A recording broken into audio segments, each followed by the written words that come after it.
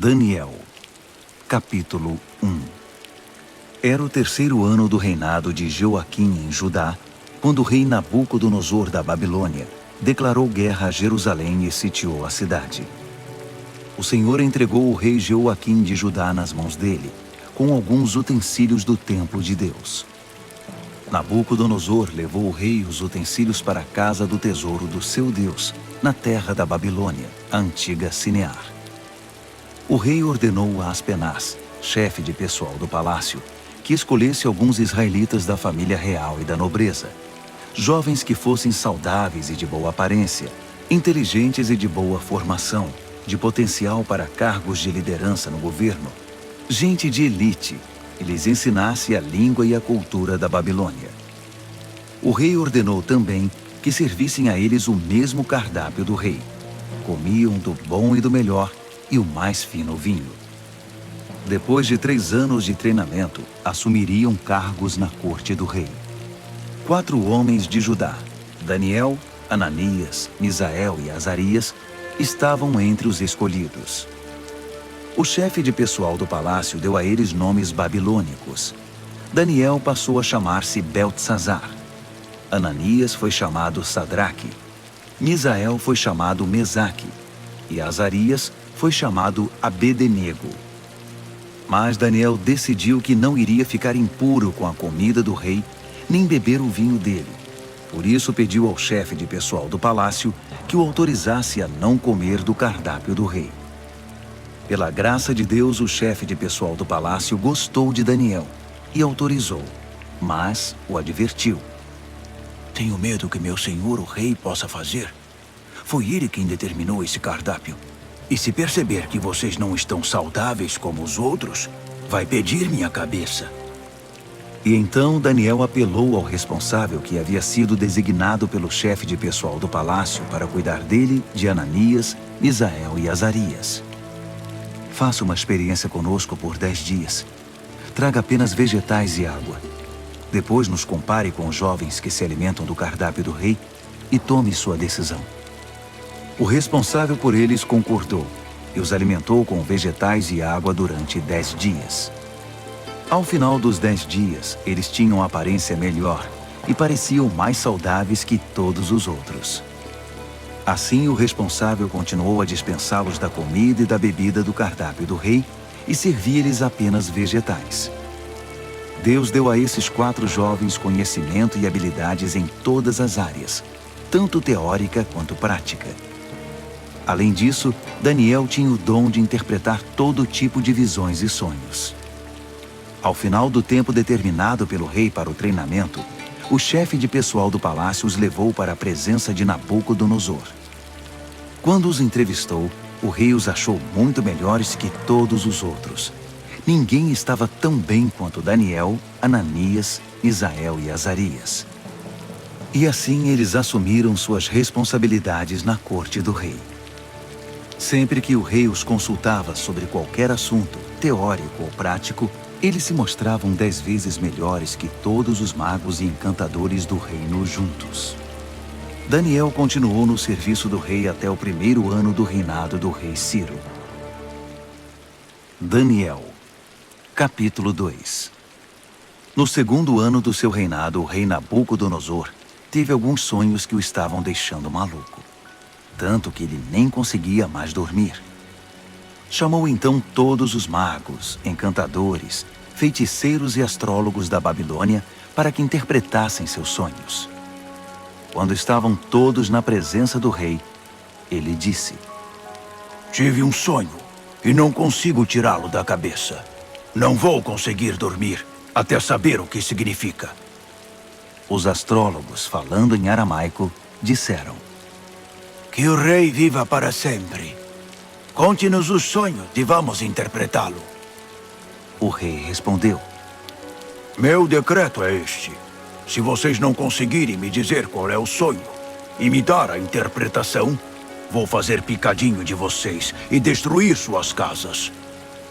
Mas se me contarem o sonho e derem a interpretação, vou encher vocês de presentes e serão muito honrados.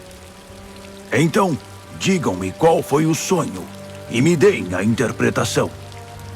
Eles responderam: Vossa Majestade, por favor, conte-nos o sonho. Então daremos a interpretação. Mas o rei disse: Eu sei o que vocês estão tentando fazer. Vocês só querem ganhar tempo. Sabem que estão numa enrascada, e se não conseguirem me contar o sonho, estarão numa fria. Estou até vendo. Vocês vão inventar uma história qualquer e me enrolar até que eu mude de ideia. Nada disso. Primeiro me contem o sonho, e então vou saber se são capazes de me dar a interpretação ou se estão só me enrolando. Os astrólogos responderam: Ninguém em nenhum lugar do mundo pode fazer o que o rei está pedindo. E nenhum rei jamais pediu uma coisa dessas a nenhum mago, encantador ou astrólogo. O que Vossa Majestade está pedindo é impossível, a não ser que algum deus o revele. E os deuses não vivem no meio de gente como nós. A resposta deixou o rei furioso. Ele perdeu a paciência e ordenou que todos os sábios da Babilônia fossem executados. A sentença de morte foi anunciada, e Daniel e seus amigos estavam entre os condenados à morte.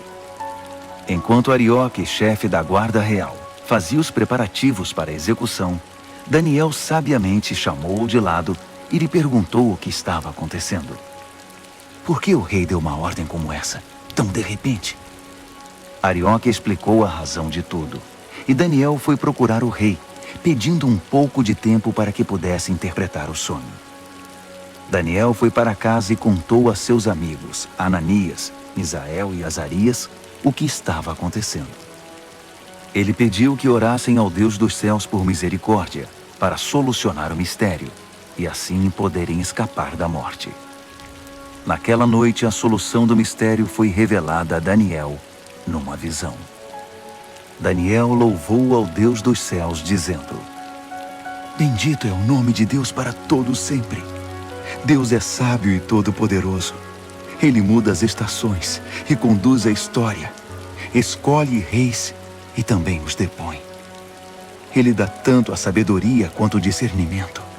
Ele abre as profundezas, revela os segredos, conhece o que há na escuridão. A luz transborda dele. Ó Deus dos meus antepassados, a ti toda a minha gratidão e todo o meu louvor. Tu me tornaste sábio e forte, e agora nos mostraste o que pedimos. Tu resolveste o mistério do rei. Assim Daniel voltou a falar com Arioque, o encarregado da execução. Ele disse: Cancele a execução. Leve-me ao rei. Eu vou interpretar o sonho dele. Arioque não perdeu um minuto. Correu ao rei, levando Daniel com ele, e disse: Achei um homem entre os exilados de Judá que pode interpretar o sonho. O rei perguntou a Daniel, cujo nome babilônico era Beltesazar: Você tem certeza de que pode fazer isto? Contar o sonho e interpretá-lo? Daniel respondeu ao rei: Nenhum homem pode decifrar o mistério do rei, quem quer que seja, sábio, encantador, mago ou astrólogo. Mas há um Deus no céu que revela os mistérios. E ele me revelou. Ele está mostrando ao rei Nabucodonosor o que vai acontecer no futuro. Este é o sonho que o rei teve, a visão que encheu sua mente. Enquanto Vossa Majestade estava deitado na cama, ó rei, vieram ideias sobre o que vai acontecer no futuro. Aquele que revela mistérios mostrou ao rei o que vai acontecer. Mas a interpretação foi dada por meu intermédio, não porque eu seja mais sábio que qualquer outra pessoa, mas para que o rei saiba o que significa e entenda o que sonhou.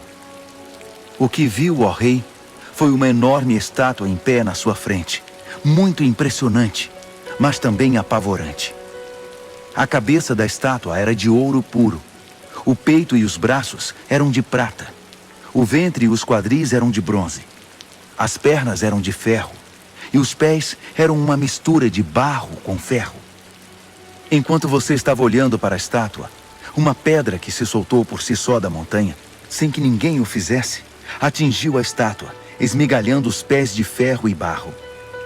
Então tudo desmoronou e ficou em pedaços: o ferro, o barro o bronze, a prata e o ouro. Ficou tudo como restos amontoados, relegados ao esquecimento. Mas a pedra que atingiu a estátua tornou-se uma grande montanha que dominava o horizonte. Esse foi o sonho. Agora vamos à interpretação do sonho. Ó Rei, Vossa Majestade é o soberano mais poderoso da terra. O Deus do céu deu tudo ao Senhor: governo, poder, força e glória. Ele o designou responsável pela humanidade e por todos os animais do campo e as aves do céu, no mundo todo. O rei é o cabeça de todos os governantes. É a cabeça de ouro. Mas seu reino será tomado por outro reino, inferior ao seu, e este por um terceiro, o reino de bronze, que governará toda a terra. Por fim, um quarto reino, forte como o ferro, assumirá o poder. Assim como o ferro despedaça tudo que atinge, esse vai quebrar, esmigalhar e pulverizar todos os reinos anteriores. Mas os pés e os dedos dele, que são uma mistura de ferro e barro, significam que o reino será dividido, mas ainda haverá a força do ferro. Assim como os dedos eram de ferro e de barro, o reino terá uma parte forte e outra frágil. Esse reino fará alianças, mas não darão certo. Não conseguirá se unir a nenhum outro reino, assim como o ferro e o barro não se misturam. Mas no tempo desses reinos, o Deus do céu edificará um reino que nunca será destruído, nem nunca será dominado por outro. No final, esmagará os outros reinos, destruirá todos eles e será eterno. Será como a pedra que se soltou por si só da montanha, sem que ninguém o fizesse, que esmigalhou o ferro, o bronze, o barro, a prata e o ouro. O grande Deus fez o rei saber o que vai acontecer no futuro. Essa é a revelação exata do sonho, e também a interpretação correta. Quando Daniel terminou, o rei Nabucodonosor, perplexo, prostrou-se com o rosto no chão diante de Daniel. Ele ordenou uma oferta de sacrifícios e de incenso em honra a Daniel e declarou: Seu Deus realmente é o Deus de todos os deuses, o Senhor de todos os reis, e Ele revela todos os mistérios. E eu sei, porque você decifrou o mistério. Então o rei promoveu Daniel a um elevado cargo no reino. Encheu-o de presentes e o empossou como governador de toda a província da Babilônia e chefe de todos os sábios da Babilônia. A pedido de Daniel, o rei designou Sadraque, Mesaque e Abednego para postos administrativos em toda a Babilônia, enquanto Daniel permaneceu no palácio real. Daniel, capítulo 3. O rei Nabucodonosor construiu uma estátua de ouro com 27 metros de altura e 2 metros e 70 centímetros de largura. Ele a ergueu na planície de Dura, na província da Babilônia. Em seguida ordenou a todos os líderes importantes da província que comparecessem à cerimônia de dedicação da estátua. Todos vieram para a cerimônia e tomaram seus lugares diante da estátua que Nabucodonosor havia erguido. Um arauto apareceu e proclamou em voz alta: Atenção, todos! Ouçam vocês de todas as raças, cores e crenças. Quando ouvirem o som da trombeta, do pífaro, da cítara, da harpa, do saltério e da flauta dupla, dobrem os joelhos e adorem a estátua de ouro que o rei Nabucodonosor ergueu. E quem não se ajoelhar, não adorar a estátua, não importa quem seja, será lançado imediatamente na fornalha. O som começou a tocar. Todos os instrumentos musicais da Babilônia e gente de todas as raças, cores e crenças dobraram os joelhos e adoraram a estátua de ouro que o rei Nabucodonosor havia erguido. Foi então que os astrólogos da Babilônia se manifestaram e acusaram os judeus. Eles disseram ao rei Nabucodonosor: Que o rei viva para sempre. Vossa Majestade deu ordens severas para que, ao ouvir o som tocar, deveríamos nos ajoelhar e adorar a estátua de ouro. E quem não o fizesse seria jogado na fornalha.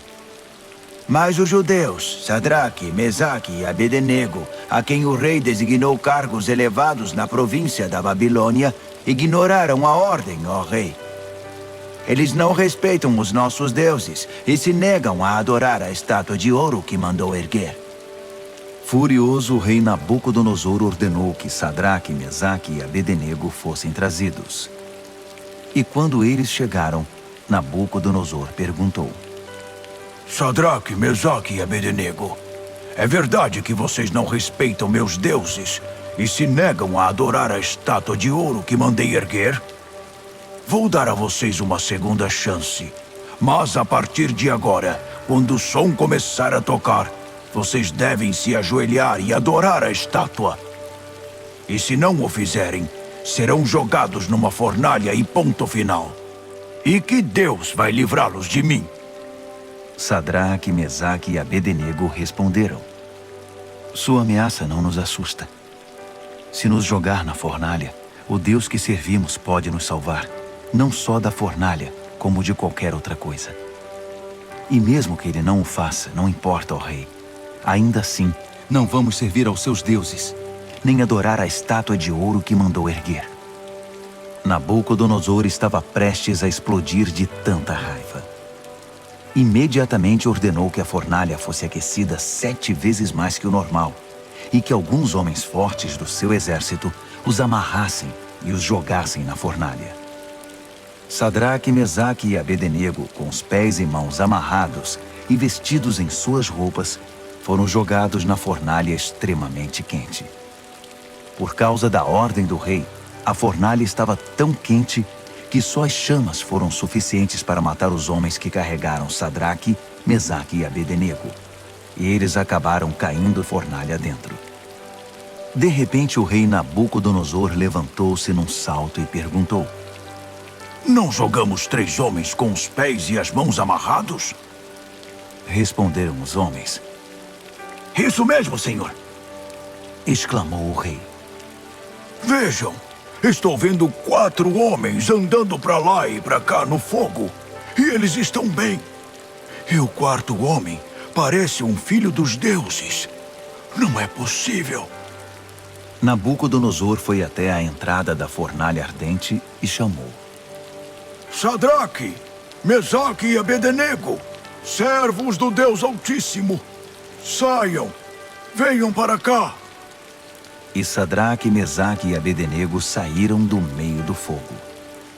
Todos os líderes do governo e os conselheiros do rei se reuniram para examiná-los e viram que o fogo não havia causado nenhum arranhão nos 3, nem um fio de cabelo queimado, nem cheiro de fumaça na roupa deles. Nabucodonosor exclamou: Bendito seja o Deus de Sadraque, Mesaque e Abednego. Ele enviou seu anjo e salvou seus servos. Eles confiaram no seu Deus, a ponto de ignorar as ordens do rei e arriscaram sua vida, mas não serviram nem adoraram outros deuses. Por isso decreto: todo, de qualquer lugar, cor, raça ou crença, que disser alguma coisa contra o Deus de Sadraque, Mesaque e Abednego, será despedaçado, e sua casa será destruída. Nunca houve um Deus que salvasse como esse. Então o rei promoveu Sadraque, Mesaque e Abednego na província da Babilônia. Daniel, capítulo 4. O rei Nabucodonosor a todos, de todas as raças, cores e crenças do mundo. Paz e prosperidade a todos. É um privilégio contar a vocês os grandes milagres que o Deus Altíssimo fez por mim. Seus milagres são impressionantes e suas maravilhas surpreendentes. Seu reino dura para sempre e seu governo soberano é eterno. Eu, Nabucodonosor, vivia tranquilo no meu palácio, mas tive um sonho, quase um pesadelo, que me deixou abalado. Mandei buscar todos os sábios da Babilônia para que interpretassem o sonho. Quando todos estavam reunidos, magos, encantadores, astrólogos e adivinhos, contei-lhes o sonho. mas ninguém conseguiu dizer o significado. Mas veio Daniel, um homem cheio do Espírito Santo Divino, e contei a ele o sonho. O seu nome babilônico é Beltesazar, assim chamado em homenagem ao meu Deus. Beltesazar, eu disse, chefe dos magos, sei que você é um homem cheio do Espírito Santo Divino e que não há mistério que você não consiga desvendar. Ouça este sonho que eu tive e interprete-o para mim. Isto foi o que vi deitado na minha cama. Havia uma grande árvore no centro do mundo. Eu olhei e a árvore cresceu, tornando-se maior ainda. Seu topo alcançava o céu e era visto de todos os lugares da terra. Suas folhas eram belas e seus frutos fartos, produzindo comida suficiente para todos. Os animais se abrigavam debaixo dela e as aves faziam ninhos nos galhos. Todo mundo dependia dela. E enquanto eu ainda estava deitado, vi também isto. Um anjo desceu do céu e ordenou: derrubem a árvore, cortem seus galhos, arranquem suas folhas e espalhem seus frutos. Caçem os animais que estão debaixo dela e espantem os pássaros de seus galhos, mas deixem o toco e as raízes presos com ferro e bronze junto à relva do campo. Deixem que ele seja molhado pelo orvalho do céu e se alimente de capim com os animais. Que ele perca a mente humana e seja como um animal, e assim seja até que se passe 7 tempos. Os anjos anunciam esse decreto, as santas sentinelas trazem essa sentença, para que todos que vivem saibam que o Deus Altíssimo tem domínio sobre os reinos dos homens. Ele conduz tudo conforme seu querer, e de gente simples faz poderosos. Isso é o que eu, rei Nabucodonosor, sonhei. Beltesazar, agora é sua vez de interpretar o sonho para mim. Ninguém entre os sábios da Babilônia conseguiu ver sentido algum nele, mas tenho certeza de que você pode interpretá-lo, pois é cheio do Espírito Santo Divino. Daniel, Beltesazar, ficou tão apavorado por um momento que nem conseguia falar. Disse o rei: Beltesazar, fique calmo. Não deixe que o sonho e a interpretação o assustem. Disse Beltesazar: meu senhor, gostaria que esse sonho fosse sobre seus inimigos e a interpretação para seus adversários. A árvore que você viu e que cresceu e ficou tão alta que o topo alcançava o céu, visível dos 4 cantos da terra. A árvore de folhagem viçosa e fartos frutos, suficiente para todos. A árvore sob a qual os animais buscavam refúgio e na qual as aves faziam seus ninhos. É o Senhor, ó Rei. Vossa Majestade é a árvore. Você cresceu e ficou forte. Sua Majestade atinge o céu e seu governo se estende aos 4 cantos da terra. E os anjos que desciam do céu proclamando: derrubem a árvore, destruam-na, mas deixem o toco e suas raízes na terra, presos com ferro e bronze junto à relva do campo. Deixem que ele seja molhado pelo orvalho do céu e que se alimente de grama com os animais durante 7 tempos. Isso, ó Rei, também se refere ao Senhor. Significa que o Deus Altíssimo proclamou uma sentença contra o rei. Será tirado do convívio dos homens e viverá com os animais. Se alimentará de capim como os bois e se molhará com o orvalho do céu. Isso durará 7 tempos, e o Senhor aprenderá que o Deus Altíssimo tem o domínio dos reinos dos homens e conduz tudo conforme seu querer. A parte sobre o toco da árvore e suas raízes que são deixados, significa que seu reino ainda será devolvido depois que o Senhor reconhecer que é Deus quem tem domínio sobre tudo.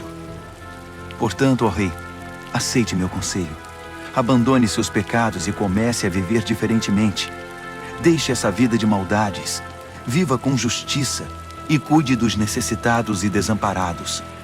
Só assim o Senhor continuará a viver tranquilo.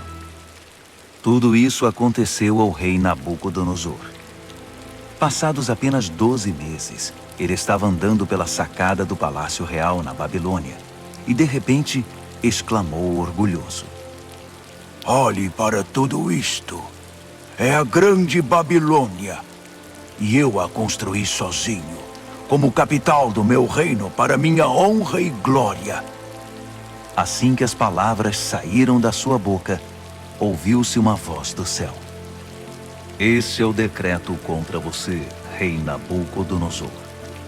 Seu reino foi tomado de você. Você será tirado do convívio dos homens. Viverá com os animais do campo e comerá capim como boi. A sentença é para 7 tempos, o suficiente para você aprender que o Deus Altíssimo tem domínio sobre os reinos dos homens e põe no trono quem ele quer. Isso aconteceu imediatamente. Nabucodonosor foi tirado da convivência dos homens, comeu capim como boi e se molhou com o orvalho do céu. Seu cabelo cresceu como as penas da águia, suas unhas como as garras do falcão. Ao final daquele período, eu, Nabucodonosor, olhei para o céu, recobrei o juízo e bendisse o Deus Altíssimo, agradecendo e glorificando ao Deus que vive para sempre. Seu domínio dura para sempre, seu reino nunca será decadente. A vida na terra é insignificante. Deus faz tudo conforme seu querer. Ninguém pode opor-se à sua vontade. Ninguém pode questioná-lo ou desafiá-lo. Ao mesmo tempo em que recobrei o juízo, recuperei a majestade e a glória do meu reino. Todos os líderes e gente importante vieram me ver. Fui restabelecido como rei no meu reino e me tornei maior que antes. E é por isso que eu, Nabucodonosor, canto e louvo ao Rei do Céu.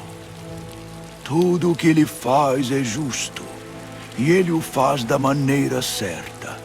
Ele sabe como tratar gente orgulhosa e tem o poder para torná-los humildes. Daniel, capítulo 5. O rei Belsazar convidou 1000 de seus nobres para um grande banquete. O vinho era muito bem servido. Então Belsazar, que já estava alto por causa do vinho, ordenou que as taças de ouro e prata que seu pai Nabucodonosor havia tomado do templo de Deus em Jerusalém fossem trazidas para que ele, seus nobres, suas mulheres e concubinas pudessem beber nelas. Quando as taças de ouro e prata foram trazidas, o rei, os nobres e aquelas mulheres começaram a usá-las. Beberam seu vinho e, já bêbados, louvaram seus deuses de ouro, prata, bronze, ferro, madeira e pedra. Naquele exato momento, os dedos de uma mão humana apareceram e começaram a escrever na parede rebocada do palácio, na parte mais iluminada. Quando o rei viu a mão escrevendo na parede, ficou pálido, muito assustado. Suas pernas ficaram bambas, tremiam sem parar, e os joelhos batiam um no outro. Ele gritou para que chamassem os encantadores, os astrólogos e os adivinhos, e prometeu: Quem conseguir ler esta escrita na parede e me disser o que significa, será famoso e rico. Ganhará um manto de púrpura e uma bela corrente de ouro, e será o terceiro mais importante do reino. Todos tentaram, mas ninguém conseguiu enxergar um sentido nas palavras escritas na parede. Ninguém conseguia entender o que estava escrito, muito menos interpretá-lo. Então o rei ficou apavorado, pálido, em completo estado de choque. Os nobres também estavam em pânico. A rainha soube que o rei e os nobres estavam em estado de choque e veio ao salão do banquete. Ela disse: Que o rei viva para sempre. Não se assustem, não fiquem aí sentados pálidos desse jeito. Há um homem no reino que é cheio do Espírito Santo divino. Durante o reinado do seu pai, ele ficou conhecido pelo seu brilho intelectual e por sua sabedoria espiritual. Ele era tão capaz que seu pai, o rei Nabucodonosor, fez dele o chefe de todos os magos, encantadores, adivinhos e astrólogos. Não havia ninguém como ele. Ele conseguia fazer qualquer coisa: interpretar sonhos, decifrar mistérios, explicar enigmas. Seu nome é Daniel, mas o rei mudou o nome dele para Beltesazar. Mande chamar Daniel. Ele vai ler o que está escrito aí. Assim Daniel foi chamado. O rei perguntou: Você é Daniel, que foi um dos exilados que meu pai trouxe de Judá? Já ouvi falar que você é cheio do Espírito Santo, tem uma mente brilhante e é incrivelmente sábio. Os sábios e encantadores foram trazidos aqui para ler esta escrita na parede e interpretá-la, mas nenhum deles conseguiu ler nada. Mas ouvi dizer que você interpreta sonhos e decifra mistérios. Então, se você conseguir ler e interpretar, será um homem famoso e rico. Ganhará o manto de púrpura e uma bela corrente de ouro. E será o terceiro mais importante do reino. Daniel respondeu ao rei: Pode ficar com os presentes ou dá-los a outra pessoa. Mas vou ler a escrita para o rei e interpretar seu significado. Ouça, ó rei, o Deus Altíssimo deu a seu pai Nabucodonosor um grande reino e uma gloriosa reputação. Deus o fez muito poderoso e pessoas de todos os lugares, de toda raça, cor ou crença, se sentiam intimidadas por ele. Ele as matava ou poupava como e quando queria. Promovia ou humilhava as pessoas como bem desejava. Então Deus o humilhou e o privou de todo o poder. Ele foi tirado do convívio dos homens e passou a viver como animal. Comeu capim como boi e se molhou com o orvalho do céu até aprender esta lição: que o Deus Altíssimo tem domínio sobre os reinos dos homens e põe no trono quem ele quer. Você é filho dele, sabe de tudo isso, mas é tão arrogante quanto ele no seu pior momento. Olhe para você mesmo. Quer competir com o Senhor do céu? Você mandou buscar as taças sagradas do templo dele só por farra, para que o Senhor, seus nobres, suas mulheres e concubinas pudessem beber nelas. O rei usou as taças sagradas para brindar seus deuses de prata e ouro, de bronze e ferro, de madeira e pedra, deuses cegos, surdos e mudos. Mas tratou com desprezo o Deus vivo, que tem a sua vida nas mãos, desde o nascimento até a morte. Deus enviou a mão que escreveu na parede, e o que está escrito é: Mene, Tekel e Peres. E este é o significado dessas palavras. Mene, Deus contou os dias do seu governo, e suas contas são negativas. Tekel, você foi pesado na balança, e está em falta. Peres, seu reino foi dividido e entregue aos medos e persas. Belsazar fez o que havia prometido. Vestiu um manto de púrpura em Daniel, colocou uma bela corrente de ouro em seu pescoço e o promoveu a terceiro mais importante do reino. Naquela mesma noite, o rei Belsazar da Babilônia foi morto. Dario, o Medo, tinha 62 anos quando o sucedeu como rei. Daniel, capítulo 6. Dario reorganizou seu reino. Ele designou 120 governadores para administrar todas as províncias do reino. Sobre eles havia 3 ministros, e um deles era Daniel. Os governadores se dirigiam aos ministros, que tinham a responsabilidade de manter tudo em ordem. Mas Daniel era cheio de vitalidade e tinha uma inteligência tão superior aos outros ministros e governadores que o rei decidiu designá-lo responsável por todo o reino. Os ministros e governadores se reuniram para ver se descobriam algum ponto fraco de Daniel que pudesse usar contra ele, mas não conseguiram nada. Ele era exemplar e absolutamente confiável. Não conseguiram achar nenhuma evidência de negligência ou má conduta. Após inúmeras tentativas, desistiram e disseram: Nunca vamos descobrir nada contra esse Daniel, a não ser que inventemos alguma acusação e tramemos algo contra ele.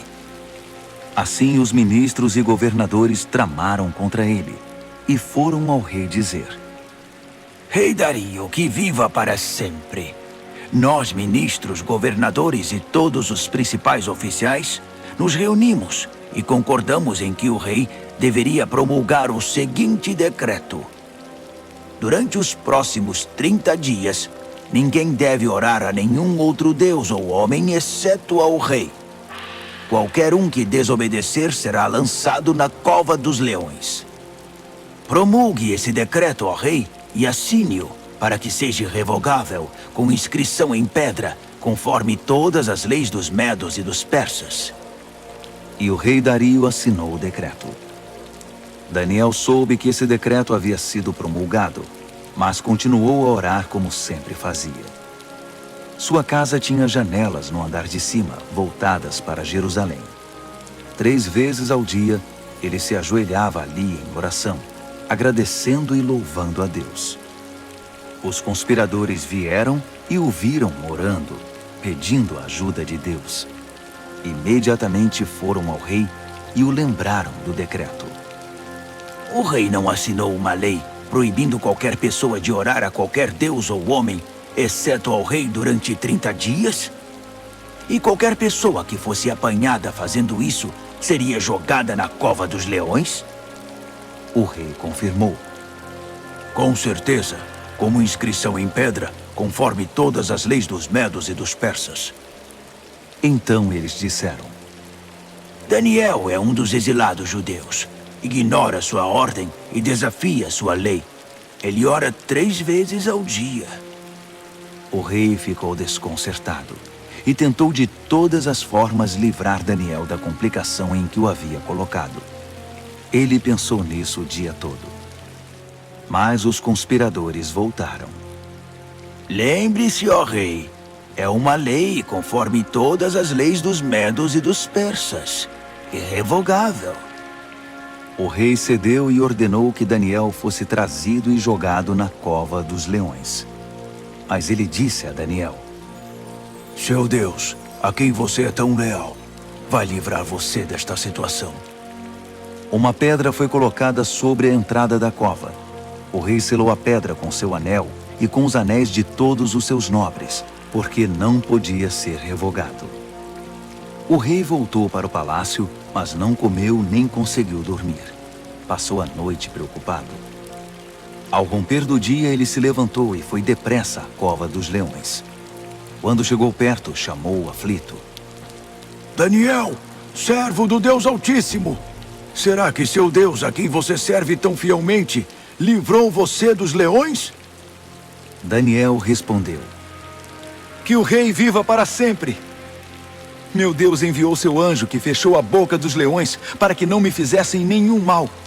Fui considerado inocente diante de Deus e também diante do Senhor, ó rei, pois não fiz mal algum ao Senhor.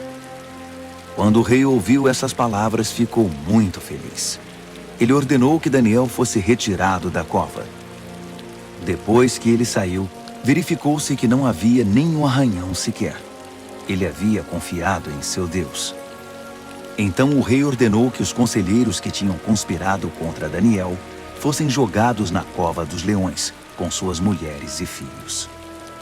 Antes mesmo de chegar ao fundo da cova, os leões já os agarraram e os despedaçaram. O rei Dario divulgou esta proclamação a todos na terra, de qualquer raça, cor e crença. A paz esteja com vocês. Muita paz. Decreto que o Deus de Daniel seja adorado e temido em todo o meu reino. Ele é o Deus vivo e permanece para sempre. Seu reino nunca é destruído. Seu governo continua eternamente. Ele é o Salvador e o Redentor. Ele realiza milagres impressionantes nos céus e na terra. Ele livrou Daniel do poder dos leões. Daniel foi muito bem tratado no restante do reinado de Dario e também no reinado seguinte, de Ciro, o persa.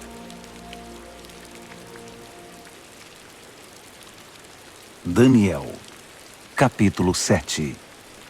No primeiro ano do rei Belsazar da Babilônia, Daniel teve um sonho.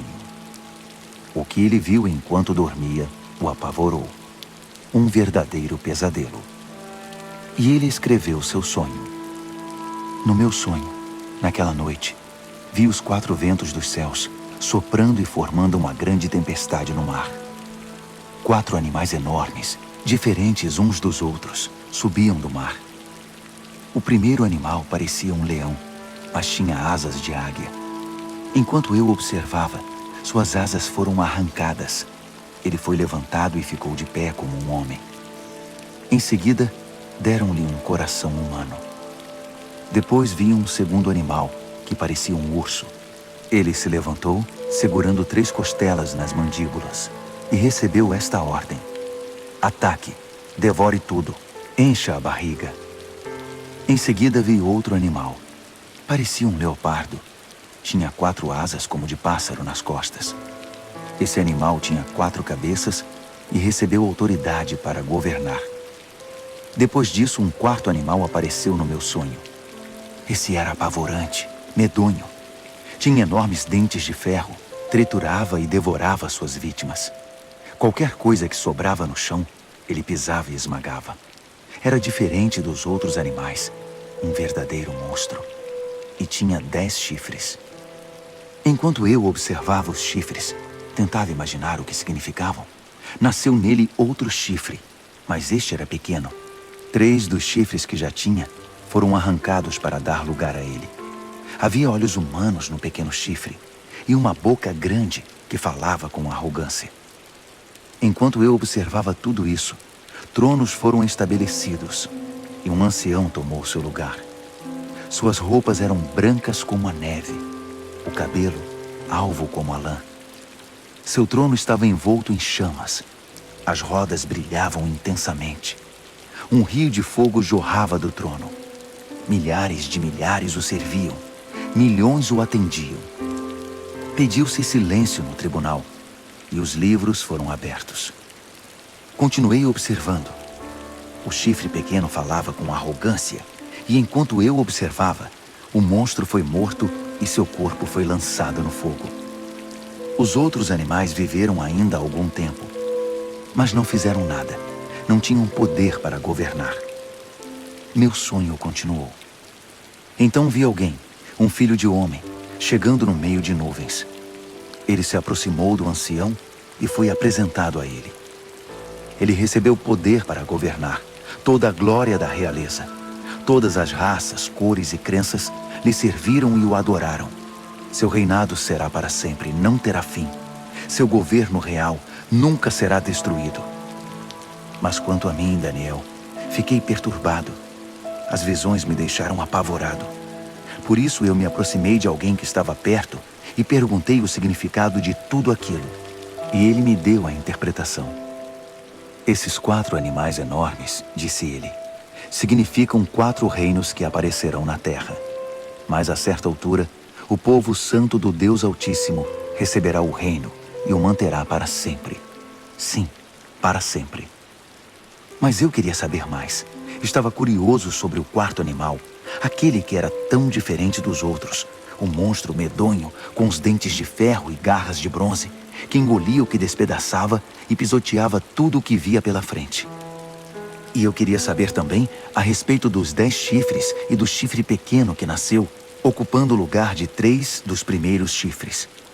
Esse novo chifre tinha olhos e com sua boca grande falava de forma arrogante, dominando os outros chifres. Observei que esse chifre fazia guerra contra o santo povo de Deus e levava vantagem sobre eles. Mas o ancião interveio e decidiu a favor do povo do Deus Altíssimo. No final, o povo santo de Deus assumiu o controle do reino. A pessoa que estava perto de mim explicou: o 4º animal é o 4º reino que aparecerá na terra. Será diferente dos 3 primeiros, um reino monstruoso que devorará e pisoteará todos à sua volta. Os 10 chifres são 10 reis, um após o outro, que procederão desse reino. Mas então, outro rei aparecerá. Ele será diferente dos reis anteriores. Começará derrubando os outros reis e blasfemando contra o Deus Altíssimo. Ele perseguirá os seguidores do Deus Altíssimo e tentará eliminar a adoração sagrada e a prática da justiça. O santo povo de Deus será perseguido por ele durante um tempo, 2 tempos e meio tempo. Mas quando for feito silêncio no tribunal, o chifre não terá mais o seu poder e será destruído definitivamente. O governo real, a autoridade e a glória de todos os reinos debaixo do céu serão entregues ao povo do Deus Altíssimo, e esse governo durará para sempre. Todos os outros governantes irão servir e prestar obediência a ele. O sonho acabou assim, e eu, Daniel, continuei chocado, como alguém que tinha acabado de ver um fantasma. Mas guardei tudo para mim.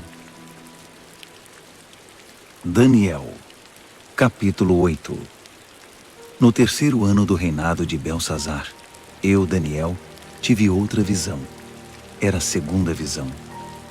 Nessa visão, eu me vi em Suzã, a capital da província de Elão, diante do canal Ulai. Ao olhar em volta, fiquei surpreso de ver um carneiro diante de mim. O carneiro tinha 2 chifres enormes, um maior que o outro, mas o chifre maior foi o último a aparecer.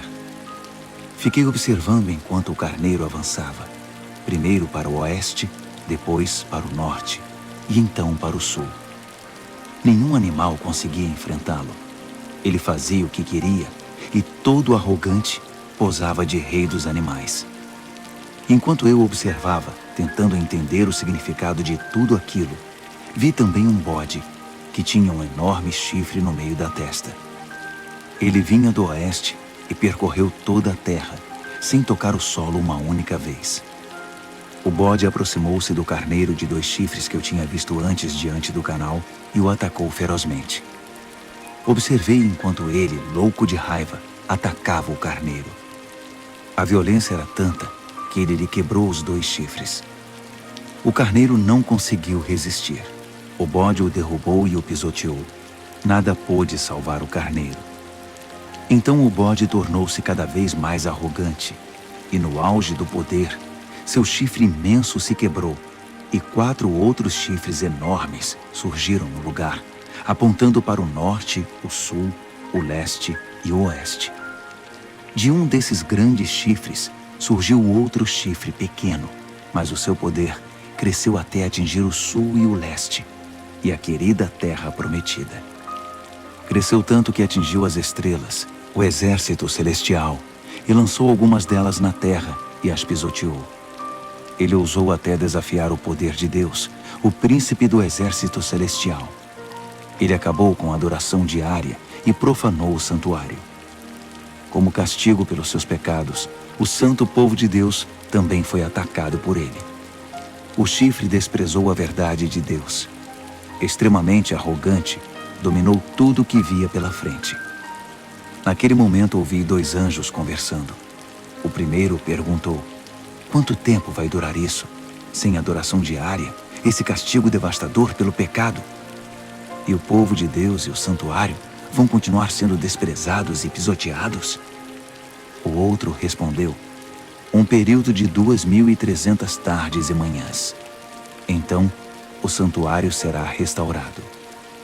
Enquanto eu, Daniel, estava tentando encontrar um sentido no que via, uma figura humana apareceu diante de mim. Ouvi uma voz de homem que vinha do canal de Ulai e chamava: Gabriel, diga a este homem o que está acontecendo. Explique a visão a ele. Ele veio até mim, mas quando se aproximou, fiquei aterrorizado e me prostrei com o rosto em terra. Ele disse: entenda que esta visão diz respeito ao final dos tempos. Assim que ele falou, eu desmaiei, com o rosto no chão. Mas ele me despertou e me levantou. Ele continuou: vou contar a você o que vai acontecer nos dias de juízo, pois haverá um fim para tudo isso. O carneiro de 2 chifres que você viu representa os 2 reis dos Medos e dos Persas. O bode representa o reino dos gregos, e o chifre enorme na testa dele é o primeiro rei. Os 4 chifres que surgiram no lugar dele, depois que foi quebrado, são os 4 reis que virão depois dele, mas sem o mesmo poder. Quando o reinado deles estiver no fim e as rebeliões se intensificarem, surgirá um rei cruel, um mestre da maldade. Seu poder aumentará imensamente. Ele será arrogante, de fala autoritária, fazendo exatamente o que quer. Derrubará poderosos e santos por todos os lados. Suas ações criminosas vão se multiplicar. E como vão? Ele vai achar que é invencível e vai se livrar de todos os que cruzarem seu caminho. Mas quando enfrentar o príncipe dos príncipes, será esmigalhado, mas não por mãos humanas. A visão das 2.300 tardes e manhãs é precisa, mas confidencial. Então, Mantenha-a em segredo. Refere-se ao futuro distante. Eu, Daniel, acabado, esgotado por alguns dias, finalmente encontrei forças para voltar ao trabalho e tratar dos negócios do rei. Mas continuei apavorado com a visão, pois não conseguia entender coisa alguma. Daniel, capítulo 9. Dario, filho de Xerxes, da linhagem dos Medos, tornou-se rei da Babilônia. No primeiro ano do seu reinado, eu, Daniel, meditava nas Escrituras, e de acordo com a mensagem do Eterno ao profeta Jeremias, Jerusalém teria de ficar em ruínas durante 70 anos. Recorri ao Senhor Deus em busca de uma resposta. Orava com dedicação e sinceridade. Jejuava, vestia pano de saco e me ajoelhava nas cinzas. Derramei meu coração e abri minha alma para o Eterno, meu Deus. Ó Senhor, grande e soberano Deus, Tu nunca falhas em cumprir a Tua aliança. Nunca desistes daqueles que Te amam e obedecem ao que ordenas. Mas nós pecamos de todas as formas possíveis.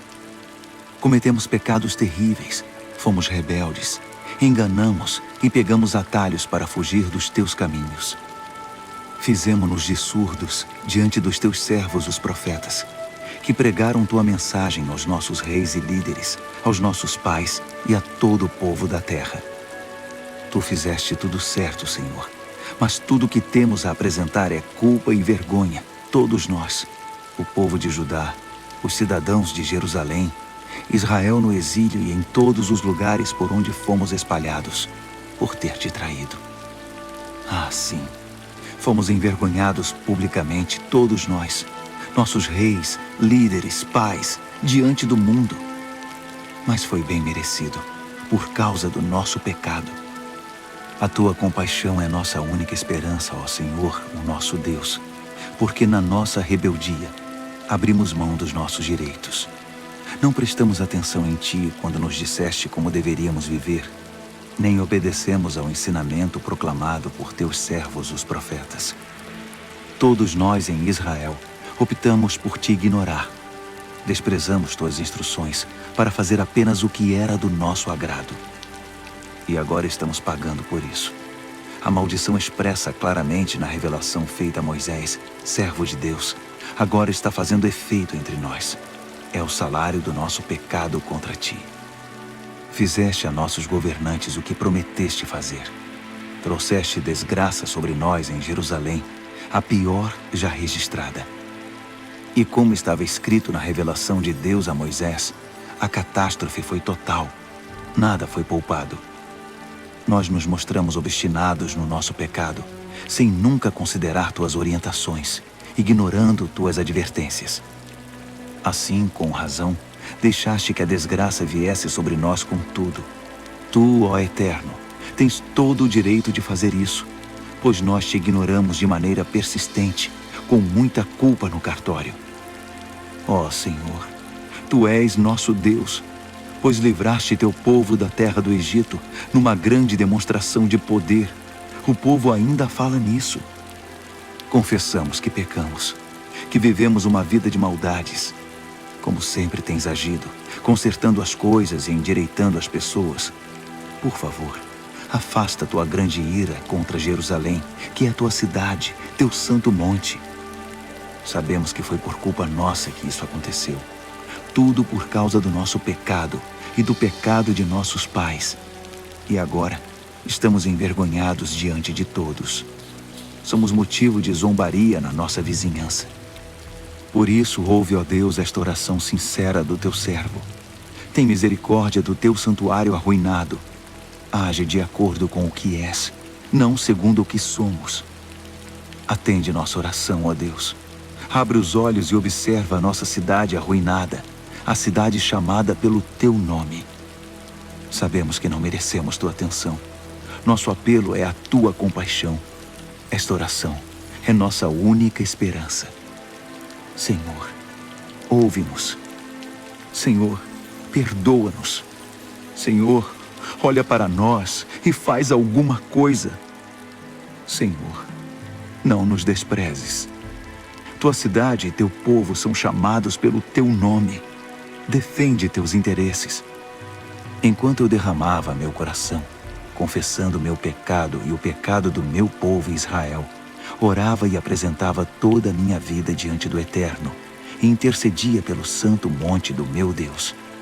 Enquanto eu estava mergulhado na oração, Gabriel, o ser semelhante a um homem, aquele que eu tinha visto numa visão anterior, aproximou-se de mim, voando como uma ave na hora da adoração da noite. Ele se pôs diante de mim e disse: Daniel, vim esclarecer as coisas. Assim que você começou sua oração, a resposta foi dada, e agora estou aqui para entregá-la. Você é muito amado, por isso, ouça com cuidado para entender o significado da revelação. 70 semanas estão decretadas para seu povo e sua santa cidade, como forma de conter a rebelião, dar fim ao pecado, arrancar o crime pela raiz, estabelecer a justiça para sempre, cumprir a profecia e ungir o lugar santíssimo. Aqui está o que você precisa entender. Desde o momento em que a ordem for dada para a reconstrução de Jerusalém até a vinda do líder ungido, haverá 7 semanas. A reconstrução levará 62 semanas, incluindo a construção de ruas e muros. Serão tempos difíceis. Depois das 62 semanas, o líder ungido será morto. É o seu fim. A cidade e o santuário serão arruinados pelo exército do novo líder que chegar. O fim virá de repente, como uma onda enorme. Haverá guerras até o fim, e a desolação estará na ordem do dia. Então, no período de 1 semana, ele fará muitas alianças importantes. Mas na metade dessa semana, ele acabará com a adoração e as orações. No lugar da adoração, irá se instalar a besta da profanação, que permanecerá ali até finalmente ser destruída. Daniel, capítulo 10. No 3º ano do reinado de Ciro, rei da Pérsia, uma mensagem veio a Daniel, cujo nome babilônico era Beltesazar. A mensagem era verdadeira e falava de uma grande guerra. Ele entendeu, pois seu significado veio por revelação. Durante aqueles dias, eu, Daniel, guardei luto por Jerusalém durante 3 semanas. Comi apenas comida simples, sem tempero, e não comi carne nem bebi vinho. Não tomei banho nem me barbeei até que tivessem passado as 3 semanas. No dia 24 do 1º mês, eu estava de pé diante do grande rio, o Tigre. Levantei os olhos e, para minha surpresa, vi um homem vestido de linho, com um cinto de ouro puro na cintura. Seu corpo brilhava como se fosse esculpido de pedra preciosa. A face era radiante e os olhos, vivos e penetrantes como tochas. Os braços e pernas reluziam como bronze polido, e sua voz soava como um grande coral. Eu, Daniel, fui o único a vê-lo. Os homens que estavam comigo, embora não estivessem vendo, foram tomados de medo e correram para se esconder, temendo o pior. Quando fiquei sozinho depois dessa visão, abandonado pelos meus amigos, meus joelhos ficaram bambos e o rosto pálido, sem força nenhuma. Quando ouvi o som da sua voz, não resisti e desmaiei. Caí com o rosto no chão. Mas uma mão me tocou e me pôs sobre as mãos e os joelhos. Daniel, ele disse, homem de valor, Deus ama você demais. Levante-se e preste muita atenção à minha mensagem. Fui enviado para falar dela a você. Quando ele disse isso, eu me levantei, mas não conseguia parar de tremer. Fique tranquilo, ele continuou. Não tenha medo. Quando você decidiu se humilhar para receber entendimento, sua oração foi ouvida, e eu me dispus a vir até aqui. Mas fui impedido pelo anjo, que é o príncipe do reino da Pérsia, e isso me atrasou por 3 semanas. Mas Miguel, um dos anjos supremos, veio em meu socorro e ficou ali com o anjo, que é o príncipe da Pérsia. Estou aqui para ajudar você a entender o que vai acontecer com seu povo, pois a visão fala do futuro. Enquanto ele falava, fiquei só olhando para o chão. Não conseguia dizer nada. E fui surpreendido por algo parecido com uma mão humana que me tocou os lábios. Então abri a boca e comecei a falar. Quando vi, fiquei apavorado. Minhas pernas ficaram bambas. Eu não conseguia me mexer. Como é possível que eu, um humilde servo, fale com alguém como o Senhor? Estou completamente paralisado. Mal consigo respirar. Aquele ser, que parecia humano, me tocou outra vez e me deu forças. Ele disse: "Não tenha medo. Fique em paz. Você é amado demais. Tudo vai ficar bem. Tenha coragem. Seja forte." Enquanto ele ainda falava, veio-me coragem e retomei as forças. Então eu disse: "Pode falar, porque o Senhor me deu forças." Ele disse: "Você sabe por que vim aqui? Preciso voltar para lutar contra o anjo que é o príncipe da Pérsia. E depois que eu o tirar do caminho, chegará o anjo que é o príncipe da Grécia. Mas antes deixe-me contar a você o que está escrito no livro da verdade. Ninguém me ajuda na minha luta contra esses seres, a não ser Miguel, o anjo, que é o príncipe de vocês." Daniel, capítulo 11. Eu tenho ajudado da melhor maneira possível, desde o primeiro ano do reinado de Dario, rei dos Medos. Mas agora deixe-me dizer como estão as coisas. Outros 3 reis da Pérsia aparecerão, e depois deles um 4º rei, que será muito mais rico que os outros. Quando ele achar que já tem poder suficiente, ganho com sua riqueza, declarará guerra contra o reino da Grécia. Nesse momento, aparecerá um rei poderoso, que dominará um enorme território e conduzirá tudo como bem entender. Mas no auge do seu poder, quando tudo estiver aparentemente bem, seu reino se dividirá em 4 partes: norte, sul, leste e oeste. Mas seus herdeiros não receberão nada. Não haverá continuidade do poder, pois outros o tomarão. Em seguida, o rei do sul se fortalecerá, mas um dos seus príncipes será mais forte que ele e governará um território ainda maior. Depois de alguns anos, os dois se tornarão aliados, e a filha do rei do sul se casará com o rei do norte para consolidar o acordo. Mas a influência dela enfraquecerá e seu filho não sobreviverá. Ela, seus servos, seu filho e seu marido serão traídos. Algum tempo depois, alguém da família real aparecerá e assumirá o trono. Ele assumirá o comando do exército, invadirá o norte e alcançará grande vitória. Ele tomará os deuses de metal deles e todos os utensílios de ouro e prata que os acompanham e os levará para o Egito.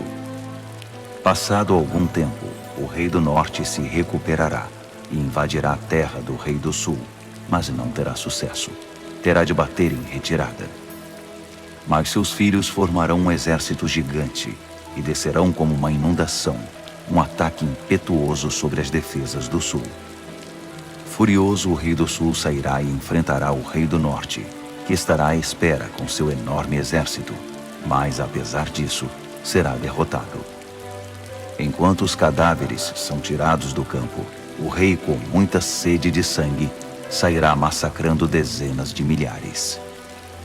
Mas sua vitória não vai durar muito, pois o rei do norte reunirá um exército ainda maior que o anterior, e depois de alguns anos, voltará à batalha com inúmeros soldados, muito arsenal e provisões inesgotáveis.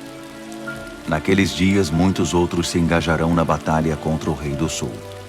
Revoltosos do seu próprio povo, embriagados por sonhos de poder, se ajuntarão a eles, mas acabarão frustrados.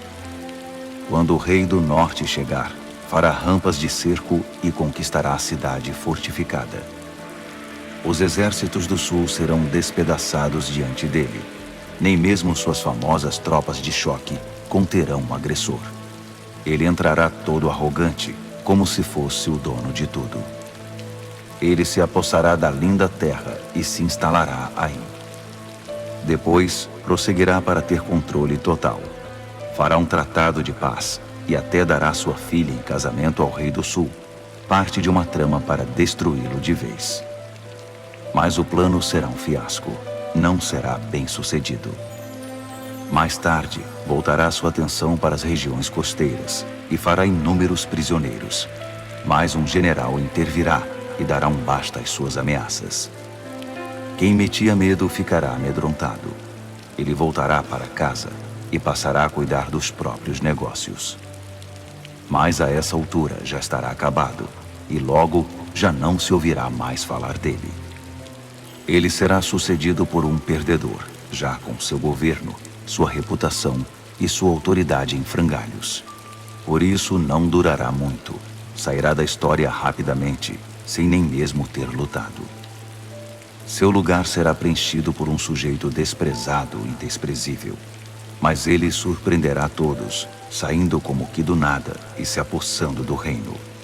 Ele avançará como um rolo compressor, e até o príncipe da aliança será esmagado. Depois de negociar um cessar-fogo, ele violará as condições. Que traidor!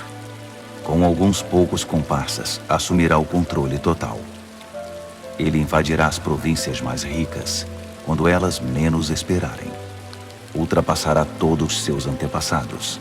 Prenderá e saqueará. Viverá com seus amigos num luxo desmedido. Ele fará planos contra as cidades fortificadas, mas não será por muito tempo. Ele ajuntará um grande exército muito bem armado para combater o Rei do Sul. Em resposta, o Rei do Sul manterá seu exército, ainda maior, a postos, pronto para a batalha. Mas não será capaz de sustentar essa condição por muito tempo, em razão das intrigas nas próprias fileiras. Sua corte estará minada por tramas e conspirações. Assim seu exército será esmagado, e o campo de batalha ficará coberto de cadáveres. Os dois reis, ambos com planos maldosos um contra o outro, vão se sentar à mesa de conferências e negociarão seus engodos. Nada resultará desse tratado, que não passará de um emaranhado de mentiras. Mas ainda não é o fim. A história não acabou. O rei do norte irá para casa carregado de despojos, mas sua mente estará voltada para a destruição da Santa Aliança, enquanto estiver passando pela terra a caminho de casa. 1 ano mais tarde, ele comandará nova invasão ao sul, mas a segunda invasão não será como a primeira.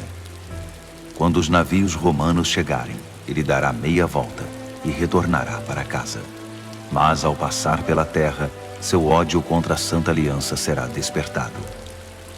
Ele fará acordo com todos os que se dispuserem a trair a Santa Aliança, tomando o partido deles. Suas forças entrarão marchando e profanarão o santuário e a cidadela. Eles irão banir a adoração diária, substituindo-a pela besta da profanação. O rei do norte honrará os que traírem a Santa Aliança, corrompendo-os ainda mais com sua conversa sedutora. Mas os que forem leais a Deus tomarão posição firme a favor de Deus. Os que mantiverem o bom senso ensinarão o bem às multidões pelo exemplo. Eles serão submetidos a provas terríveis durante um certo período. Alguns serão mortos, outros queimados, alguns exilados, outros roubados. Quando a prova for muito difícil, receberão alguma ajuda, mas não muita. E muitos dos pretensos ajudadores se portarão com indiferença. A provação refinará e purificará os que mantiverem o bom senso e permanecerem leais, porque há ainda mais por vir. Enquanto isso, o rei do norte estará agindo sem impedimento. Ele se levantará a uma posição superior à de qualquer deus, e até mesmo ousará desafiar o Deus dos deuses. Por um tempo isso será tolerado, até que se complete esse tempo de juízo, pois o que foi decretado precisa ser cumprido. Ele não terá respeito algum pelos deuses dos seus antepassados, nem mesmo pelo Deus predileto das mulheres. Desprezando qualquer deus, o rei do norte se inchará de orgulho e se achará maior que todos eles. Ele chegará a ponto de desprezar o Deus dos santos, e no lugar em que Deus é adorado, colocará em exibição, com generoso ornamento de prata, ouro e pedras preciosas, um Deus novo, do qual nunca se ouviu falar. Marchando sob a bandeira desse Deus estranho, ele atacará as principais fortalezas. Promoverá todos os que seguirem esse Deus, dando a eles cargos importantes e recompensando-os com concessões de terras. Na conclusão dessa história, o rei do sul o enfrentará, mas o rei do norte se lançará contra ele como um furacão, com seus carros e cavalos e uma grande frota de navios, e varrerá tudo que estiver no seu caminho. Ao entrar na linda terra, as pessoas cairão diante dele como peças de dominó. Só Edom, Moabe e alguns amonitas escaparão. Ele vai avançar, dominando país após país. Nem o Egito escapará. Ele confiscará o ouro, a prata e todos os bens valiosos do Egito. Os líbios e os etíopes cairão com ele. Mas nesse momento, relatos perturbadores virão do norte e do leste e o farão entrar em pânico. Furioso, ele se apressará em suprimir a ameaça. Mas assim que armar suas tendas entre o mar Mediterrâneo e o Monte Santo, inúmeras tendas reais, ele encontrará seu fim. E não haverá uma alma viva por perto para ajudá-lo. Daniel, capítulo 12. Esse será o momento quando Miguel, o grande anjo, que é o príncipe defensor do seu povo, entrará em cena. Será um tempo de desgraça, a pior desgraça que o mundo já conheceu. Mas seu povo será salvo da desgraça, todos os que tiverem o nome escrito no livro. Uma grande multidão, composta daqueles que já morreram e foram sepultados, acordará. Alguns para a vida eterna, outros para a vergonha eterna. Homens e mulheres que viveram de forma sábia e justa brilharão como a noite sem nuvens, repleta de estrelas. E os que conduziram outras pessoas ao caminho certo brilharão como estrelas para sempre. Este é um relato confidencial, Daniel, para seus olhos e ouvidos somente. Mantenha-o em segredo. Guarde o livro fechado à chave até o final. Nesse ínterim, haverá uma busca frenética para se tentar entender o que está acontecendo. Enquanto eu, Daniel, ouvia tudo isso, apareceram dois seres, um do lado do rio em que eu estava e o outro do outro lado. Um deles perguntou a um terceiro homem vestido de linho que estava acima das águas do rio: até quando vai continuar essa história intrigante? O homem vestido de linho, que estava acima das águas do rio, levantou as mãos para o céu. Ouvi quando ele jurou solenemente pelo Eterno que seria um tempo, 2 tempos e meio tempo, e que quando o opressor do povo santo fosse derrubado, a história chegaria ao seu final. Ouvi tudo isso claramente, mas não entendi. Por isso perguntei: Senhor, pode me explicar isso? Continue a fazer o que está fazendo, Daniel. Ele disse: a mensagem é confidencial e será guardada a chave até o fim, até que tudo chegue à sua conclusão. O povo será purificado e renovado, mas os maus continuarão sendo maus, sem ter a menor ideia do que está acontecendo. Já os que viverem de forma sábia e justa entenderão tudo. A partir do momento em que a adoração diária for abolida do templo e a besta da profanação for introduzida no seu lugar, vão se passar 1290 dias. Abençoados os que persistirem pacientemente durante os 1335 dias. E você prossiga em sua jornada, sem ficar ansioso ou preocupado. Fique tranquilo. Quando tudo tiver passado, você se levantará para receber sua recompensa.